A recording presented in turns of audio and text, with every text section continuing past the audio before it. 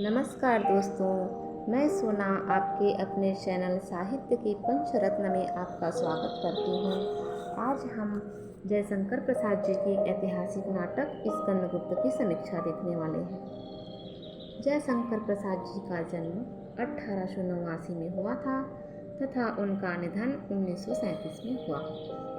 स्कंदगुप्त एक ऐतिहासिक नाटक है और यह नीट जेआरएफ और विभिन्न राज्यों की असिस्टेंट प्रोफेसर एग्ज़ाम में लगा हुआ है, इसलिए यह हमारे लिए बहुत महत्वपूर्ण हो जाता है। दोस्तों, आराम से आप लोग सुनिए, मैं इसकी समीक्षा बताने जा रही हूँ। स्कंदगुप्त नाटक 1928 में प्रकाशित एक ऐतिहासिक नाटक है। स्कंदगुप्त नाटक में गुप्त वंश की सन 455 से लेकर सन 466 तक के वर्षों का वर्णन है और इस नाटक में लेखक ने गुप्तकालीन संस्कृति, इतिहास, राजनीति, संघर्ष, पारिवारिक कलह एवं षड्यंत्रों का वर्णन किया है। स्कंदगुप्त हुणों के आक्रमण से हुण की समाप्ति तक की कहानी है। गुप्त राजवंश का समय 275 ईस्वी से 540 ईस्वी तक रहा। यह नाटक देशभक्त वीर साहसी प्रेमी स्कंदगुप्त विक्रमादित्य के जीवन पर आधारित ऐतिहासिक नाट्यकृति है। नाटक का आरंभ स्कंदगुप्त के इस कथन से होता है: अधिकार सुख कितना मादक और सारहीन है। स्कंदगुप्त का परिचय देखते हैं। स्कंदगुप्त भारत में 3री से 5वीं सदी तक राज्य करने वाले गुप्त वंश के शासक थे।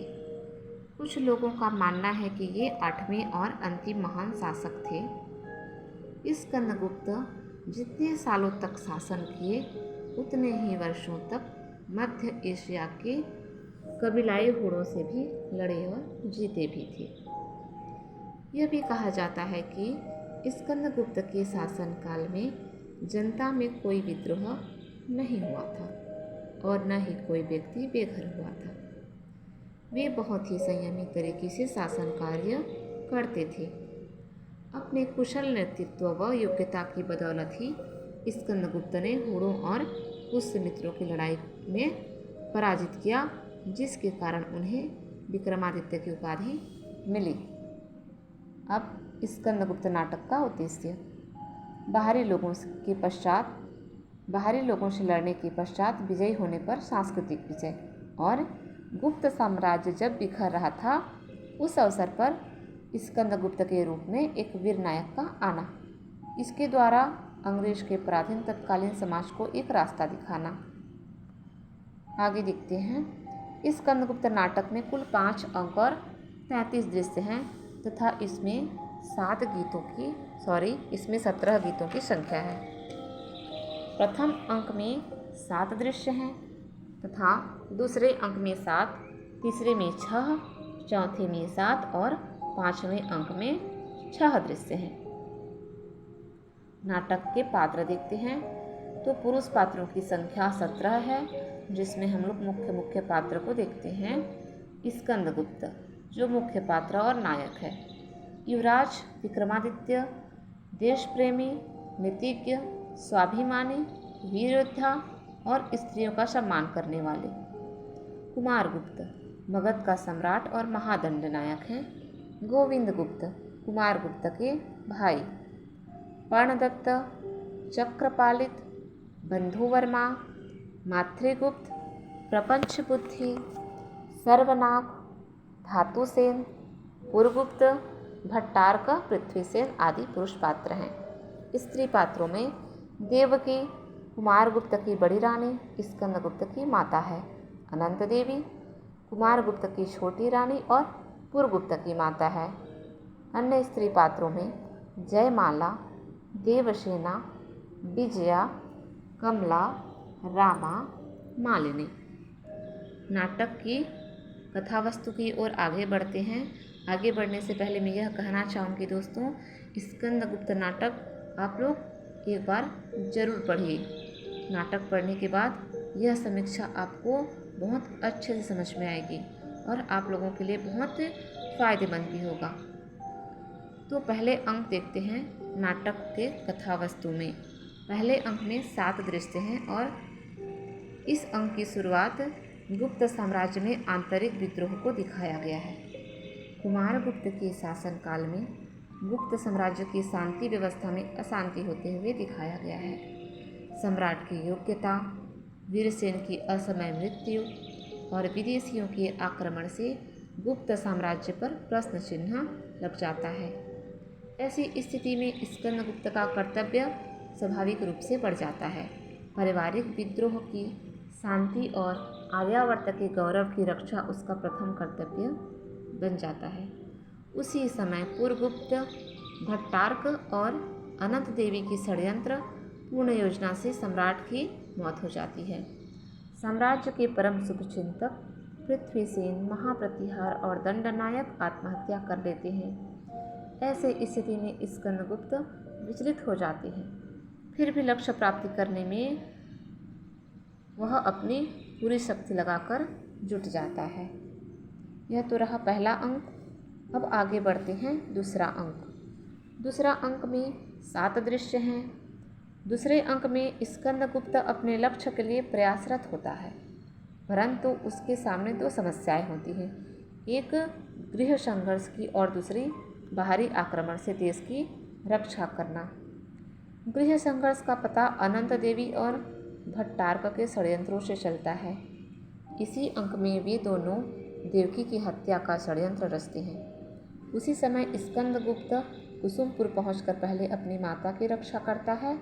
इसके बाद दुश्मनों से सामना करने के लिए वह अपनी सारी सैन्य शक्ति को एकजुट करके राज्य प्राप्त करने में सफल सिद्ध होता है। उसे राज्य की प्राप्ति होती है। दूसरी ओर उसे दुश्मनों के सामने बंदी बना के लाया जाता है।